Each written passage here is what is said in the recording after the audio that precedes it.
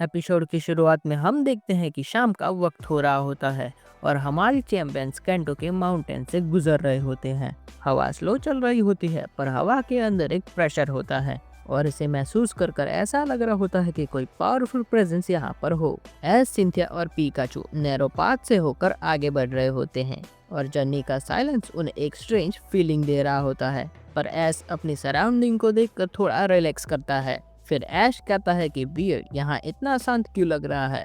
Normally तो wild Pokémons की movement हमें सुनाई देती है। ये सुनते ही सिंथिया रुक जाती है और कहती है कि ऐश केयरफुल, ये साइलेंस नॉर्मल नहीं है। फिर सिंथिया हवा को महसूस करती हो और कहती है कि हवा काफी ज्यादा हैवी होती जा रही है। मुझे ऐसा लग रहा है कि यहाँ कोई बहुत ही पावरफुल पोकेमॉन है। और तभी हवा अचानक से तेज हो जाती है और बादलों के बीच से एक शैडो मूव करती है। और तभी हमारी चैंपियंस के सामने अचानक से एक अग्रेसिव ड्रैगनाइट आ जाता है और इस ड्रैगनाइट को देखकर लग रहा होता है कि ये काफी ज्यादा गुस्से में है और जो भी इसके रास्ते में आएगा वो उसे तबाह कर देगा। लेकिन इस ड्रैगनाइट को देखकर ड्रैगनाइट की ओर बढ़ने लगता है। पर तभी सिंथिया तुरंत अपना हाथ उठाकर ऐश को रोक लेती है। फिर सिंथिया कहती है कि ऐश पीछे आ जाओ, ये काफी ज्यादा डेंजरस हो सकता है। ये सुनकर ऐश कंफ्यूज हो जाता है और कहता है कि सिंथिया क्यों।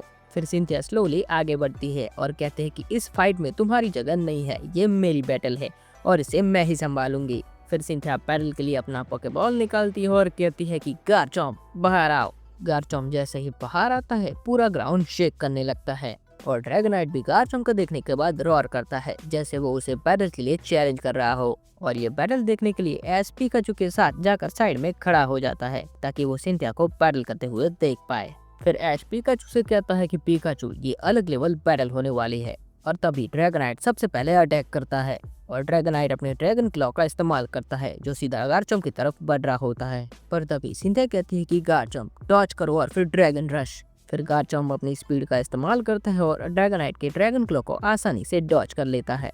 और फिर गारचॉम्प ड्रैगन रश का इस्तेमाल करता है जो सीधा ड्रैगनाइट के चेस्ट पर लगता है। पर फिर भी ड्रैगनाइट को कुछ नहीं होता और फिर सिंथिया कहती है कि गारचॉम्प स्टोन एज। गारचॉम्प अपनी पूरी ताकत से स्टोन एज का इस्तेमाल करता है और एक के बाद एक रॉक्स ड्रैगनाइट पर थ्रो करता है। और फिर ड्रैगनाइट स्टोन एज से बचने की कोशिश करता है लेकिन उनमें से कुछ स्टोन्स ड्रैगनाइट को हिट करते हैं और इस वजह से ड्रैगनाइट अब और भी ज्यादा गुस्से में आ जाता है। और ड्रैगनाइट को काफी ज्यादा गुस्से में देखने के बाद सिंथिया कहते हैं कि ऐश क्या तुम उसका एग्रेशन देख रहे हो। पर ऐश कहता है कि नहीं, मैं उसका गुस्सा नहीं देख रहा, मैं उसका दर्द देख रहा हूँ। और तभी ड्रैगनाइट अपनी पूरी ताकत का इस्तेमाल कर हाइपर बीम का यूज करता है। पर तभी सिंथिया कहती है कि गारचॉम्प डिग अटैक और फिर ड्रैगन क्लॉ।